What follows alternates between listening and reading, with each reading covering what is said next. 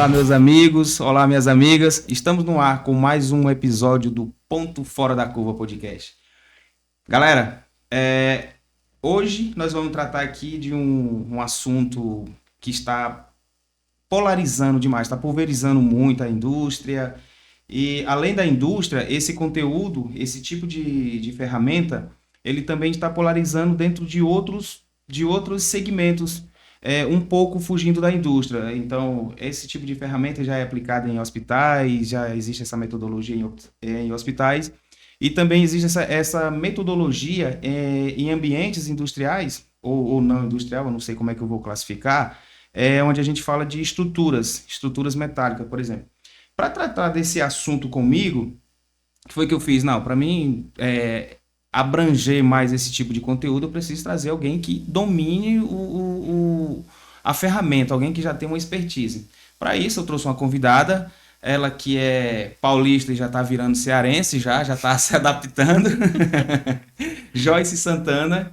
Joyce, obrigado por ter vindo, tá? Eu que Joyce que é engenheira de agradeço. processo, né? Isso. Engenheira, paulista, quase cearense, há 1 ano e meio aqui na cidade de vocês, muito hospitaleira, especialista em gestão de processos Lean, Black Belt, finalizando aí uma especialização em gestão pessoas e comportamento. Ela que foi uma contratação aí, camisa 10 que a gente chama de camisa 10. Veio de longe, veio para fazer essa melhoria em uma indústria, né? Pode se Sim, considerar indústria, né, Joyce? Mas apesar do segmento ser diferente, né? isso. Não deixa de atuar no setor metalúrgico, né? Indústria de estruturas metálicas, líder aqui da região Nordeste, né? Oferecendo aí várias soluções para vários segmentos. Você tem formação em Black Belt, né? Black Belt. Quanto tempo de experiência já?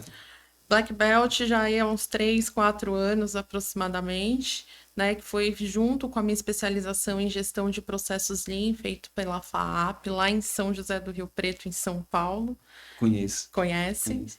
Então, fazia umas viagens aí todos os sábados para fazer essa especialização. Na ocasião, atuava na indústria de pneus em São Paulo, né? Algo que era muito solicitado para que a gente conseguisse, de uma forma ou de outra, estar sempre reduzindo os desperdícios, otimizando a linha de produção, aumentando a produtividade e, como base da metodologia Lean também, pensando no respeito às pessoas, como passar esse ensinamento para as pessoas, né, de que forma que não seja momentâneo, né, de forma que se solidifique e aí sim a gente tenha os ganhos, não seja só um pico ali nos gráficos, nos indicadores, mas que seja constante. Assim, no caso, a metodologia ela tem que se manter, né? Então, por isso que Exato. vocês envolvem muitas pessoas de todos os setores, é isso? Exatamente. Dentro da metodologia Lean, né, uma metodologia japonesa, né, que vem aí se solidificando cada vez mais. As pessoas, quando ouvem falar do Lean, né, imaginam uma série de coisas e é como o meu colega Alcimar, né, que trabalha comigo também na indústria metálica, ele sempre fala de uma caixa de ferramentas, né? Então, assim como uma caixa de ferramentas, o Lean tem várias coisas que a gente pode estar utilizando no dia a dia, seja um Kanban, seja um Kaizen, seja Apesar o do nome ser 5S. bem enxuto, são várias São ferramentas, né? várias ferramentas, seja o 5S, o PDCA, eu posso estar utilizando várias coisas. Isso vai depender muito dessa especialista que está atuando, seja ele em qual for o segmento, o que que é essa indústria, o que que é esse local de trabalho, o que que aquele Gemba, que é um outro termo onde as coisas acontecem, precisa, né? Você pode visitar algumas empresas e ver já ali está tudo muito organizado, identificado, tem uma gestão visual. Então eu não vou atacar essa vertente. Vai precisar, de repente, é um A3, é um Kaizen, o que que está precisando? Então depende muito do que a alta diretoria, qual que é o planejamento estratégico daquela organização, o que que eles estão buscando, com base nisso, a gente vai desenvolvendo as atividades. Eu já tive a oportunidade de atuar em alguns segmentos, né, como eu comentei, na indústria de pneu, na indústria de latas, uma delas líder mundial do segmento, onde já existia uma diretoria de Lean. Então, o foco dessa organização era desenvolver dentro do Seis Sigma, né, os Yellow Belts, os Green Belts e até mesmo os Black Belts. Então, projetos mais sólidos para trazer uma consistência maior para a organização.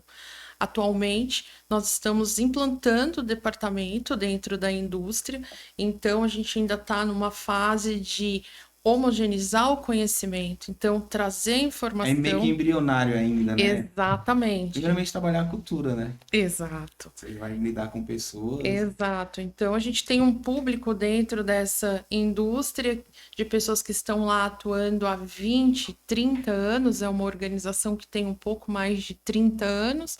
Tem pessoas que estão lá Esse tempo todo. a empresa nascer. Talvez não tinham entendimento de que aquela limpeza, aquela organização do chão de fábrica, né?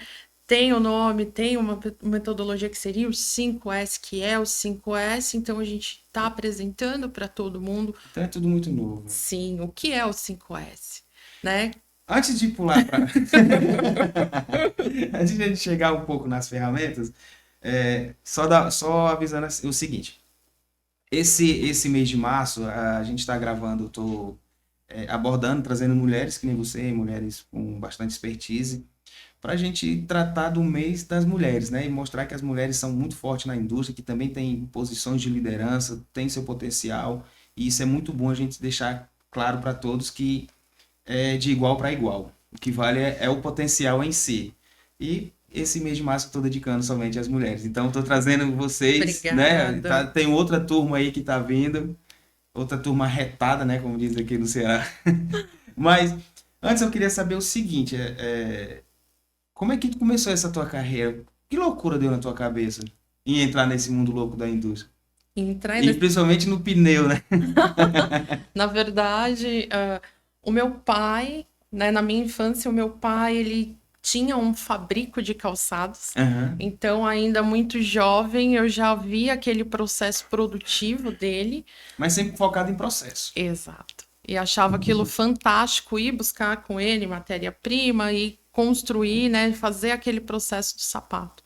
Em paralelo, a minha mãe atuava na indústria metalúrgica, né? Ah, então E aos finais de semana, muitas vezes ia com a minha mãe aguardar ela ali no chão de fábrica, porque não tinha com quem deixar eu e a minha irmã, então a gente acompanhava, a minha mãe via ela tocando aquele tear, né? Então a função dela era urdideira, a pessoa que toca o tear, né, para fazer a urdideira. Urdideira. Exatamente, é aquela que toca o tear, né? Aquele profissional que toca o tear, que faz a trama dos tecidos na ocasião, a indústria que ela atuava, para fazer o tecido do banco do avião, do banco do carro e assim por diante. Então eu ficava olhando aquilo tudo e falava, uau, como que acontece? Por que que acontece? Como que é isso?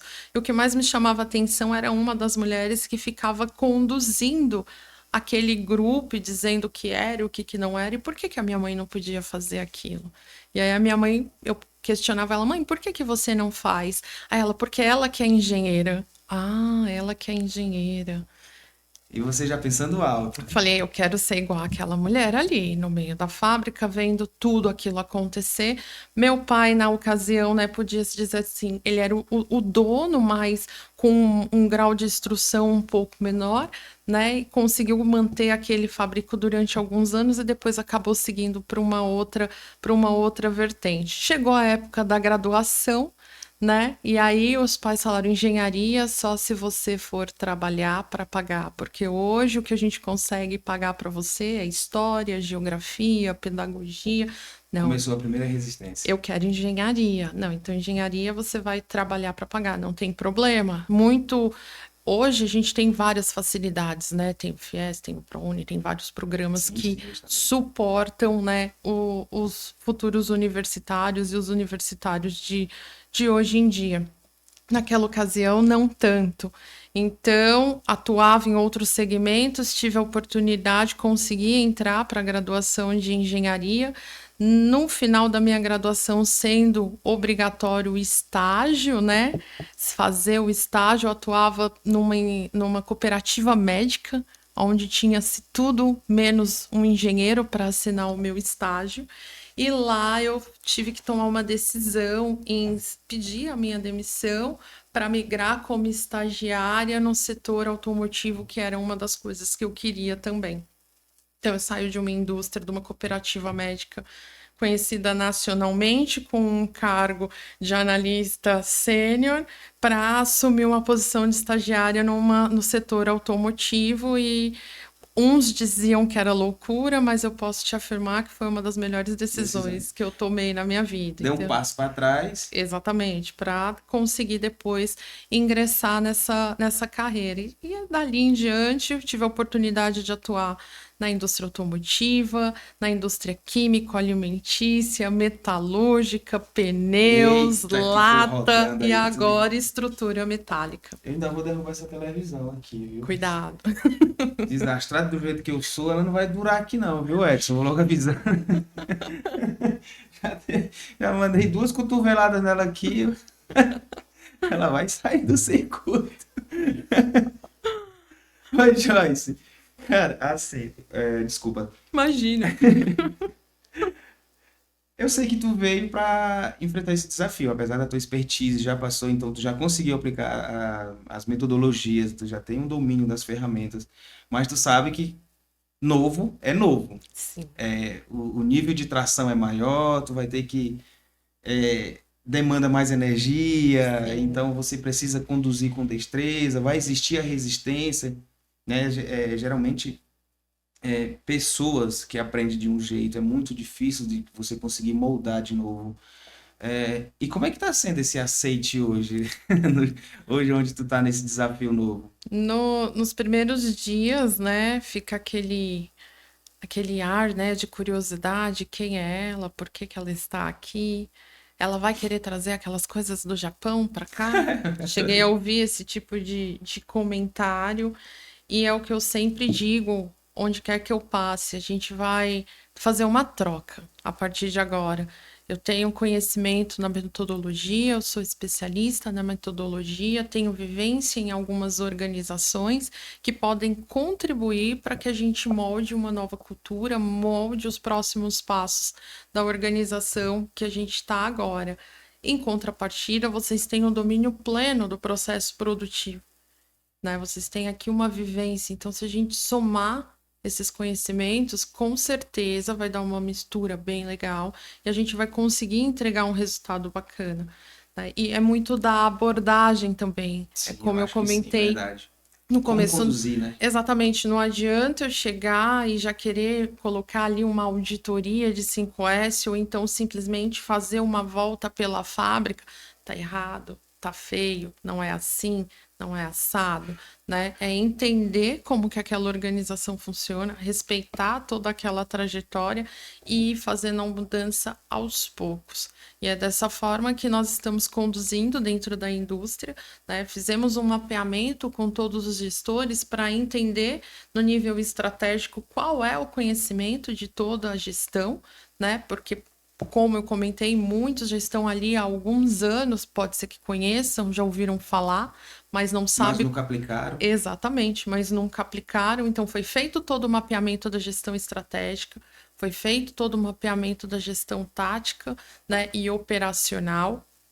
Após isso, a gente identificou que tem alguns colegas que já têm algumas certificações, que já têm alguma vivência e podem ser, né, facilitadores, podem nos auxiliar nesse engajamento. E aí sim, desde a portaria até a gestão estratégica, treinamentos de metodologia, começando com treinamentos sobre o que é o Lean. Por que da portaria? Porque o porteiro ele precisa saber. Ele precisa saber o que está acontecendo. Ele não está ali. Muitas pessoas, na minha opinião, têm uma visão muito equivocada que o porteiro está ali só para abrir, né? Mas qual é o tempo? Não, o porteiro, no meu caso, é parceiraço. Exatamente. É o primeiro No que eu meu faço também. amizade, é o porteiro. No meu também. Eu fiz questão. Todo o pessoal da portaria foi treinado, todo o pessoal dos serviços gerais foram treinados, porque dentro da metodologia 5, a ferramenta 5S, quando a gente fala principalmente no ambiente fabril, o que é o 5S? O pessoal responde: limpeza e organização. Mas de quem é a responsabilidade da limpeza? Não é só do pessoal dos serviços gerais. Eles estão ali para auxiliar. Eles são auxiliares de limpeza, eles não são os responsáveis pela limpeza. O responsável pela limpeza sou eu, é você, é o nosso colega. E mais do que limpar, a gente precisa identificar o foco e eliminar o que está sujando. O 5S ele tinha uma frase que dizia, não sei se aplica na indústria, né? Que falava que casa limpa não é que se está limpando toda hora, e sim é que se mantém. Correto. Correto? Correto. Correto. Correto. A gente não pode só correr para limpar a casa na hora que o cliente ou a visita está chegando. A gente tem que manter. E isso foi dito para todo mundo, né? Então foi feito esse treinamento, pós esse treinamento, está nivelado o conhecimento, todo mundo sabe quais são os 5 sensos, como que vai ser aplicado. Aí a gente começou a aplicar. Eu já vi esse negócio de 6 sensos, 7 sensos. Isso Algumas, aí a galera tá inventando, né? tá fazendo Tá fazendo algumas modinha. adaptações. É adaptação ou é modinha mesmo? Vamos colocar a adaptação, a cultura da organização, né? Tô querendo matar o Seishi Nakajima de novo, né? O japonês fica louco com isso, né? É verdade.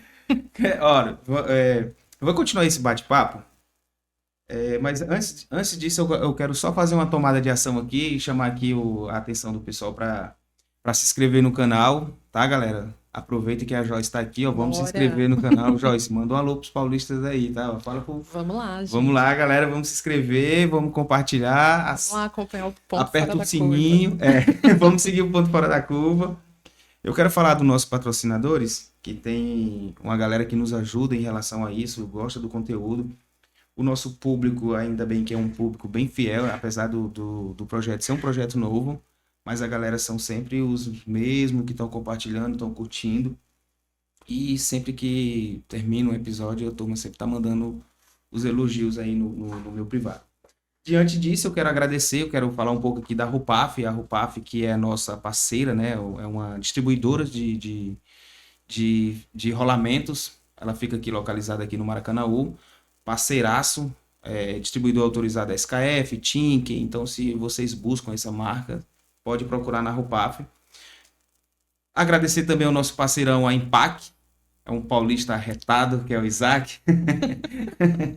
Isaac que tem a Impac, que é uma empresa prestadora de serviço, principalmente nessa linha de alimentos e bebidas. Então é um cara que tem muito foco, o time dele tem muito foco, então tem muita expertise. Agradecer a ele aí pela parceria, pela oportunidade, por tudo. Prolube, galera do Franklin, também é um time muito engajado, uma galera bem dedicada, trabalha com as maiores marcas de lubrificantes. Não sei se você usa lá onde você trabalha. Creio que sim, né? Que tem muito maquinário, então Sim. Precisou de lubrificante, busca aí o time da Prolube, as maiores marcas também do Brasil, Rocol, ITW e outras, faz parte do nicho da Prolube. Central das Correias, outro parceiraço, né? Essa parte de correia, corrente de transmissão e outros produtos agregados em relação a esse envolvimento, busca com o time da Central das Correias, bacana demais, a galera bem engajada, e por aí vai. Também a VNP Contabilidade, né? Eu acho que não foge muito um pouco do contexto, né? Eu acho que toda empresa, tenho certeza, toda empresa precisa de uma contabilidade, precisou VNP Contabilidade. E é isso aí, Joyce, bora-se embora. Bora. Como é que eu posso dizer? Nessa mudança, tu não tá tendo dificuldade em fazer uso das ferramentas, né? Também porque tá aplicando, né? A gente falou em relação a ter alguma resistência cultural de pessoas, Sim. que com certeza é tudo muito novo para eles. Sim, é bem... É diferente. Tu vai colorir tudo lá também, né? Sim. Identificar tudo, colorir Gestão tudo, visual, gestão visual. A gente está em paralelo, né? Junto ao 5S, uma coisa que me deixou muito satisfeito, um feedback do nosso diretor industrial, foi justamente que ele falou assim: Joyce, Elcimar, vocês estão de parabéns pela aplicação do 5S. Já tive a oportunidade de atuar em diversas indústrias e aqui a forma como está sendo conduzido eu nunca havia visto. Então, falei, que bom, significa que nós estamos seguindo o caminho correto. Em paralelo a isso, a gente colocou o programa do Gemba Walk, para todos os líderes da fábrica. O Gemba faz parte do Lean? A gente instituiu, né, o Gemba é a caminhada, né, onde as coisas acontecem. Então, aonde que as coisas acontecem para você? Aqui, agora, aqui é o teu Gemba. Onde as coisas acontecem para o líder de produção, na célula de trabalho dele. Então, nós desafiamos os líderes a semanalmente mandar 2 melhorias que eles enxergaram dentro do ambiente de trabalho dele e de uma forma muito assim objetiva mostrar como era e o que ele melhorou. Agora eu fiquei em dúvida. O Gemba, ele é parecido com o Kaizen? De uma forma muito mais rápida. Aonde fica ali de responsabilidade. Ele não vai envolver uma equipe, ele não vai envolver um time. Um time. Exatamente. Ou algo engenheirado, no Exatamente. Caso, né? São coisas rápidas que ele consegue estar fazendo ali. Esse programa que nós instituímos, né? Então, é a caminhada dele pela célula de trabalho dele, pelo fluxo que ele é responsável, com um olhar mais atento para aquelas atividades, porque muitas vezes você cai na rotina, né? Você tá andando, é normal, aquele lixo está sem identificação, é normal, tá com aquele. Ah, sempre pingou óleo daquela máquina, deixa pingando. Ah, sempre foi assim. Sempre foi assim. A síndrome da Gabriela, o que eu falo muito para os meninos. Nasci assim, eu vou morrer assim. Aprendi assim. Eu comecei o treinamento com eles, o meu primeiro treinamento, falando que se houvesse alguma Gabriela que me perdoasse, mas eu não queria a síndrome dentro dessa organização, porque sempre Isso falando para Gabriela, né?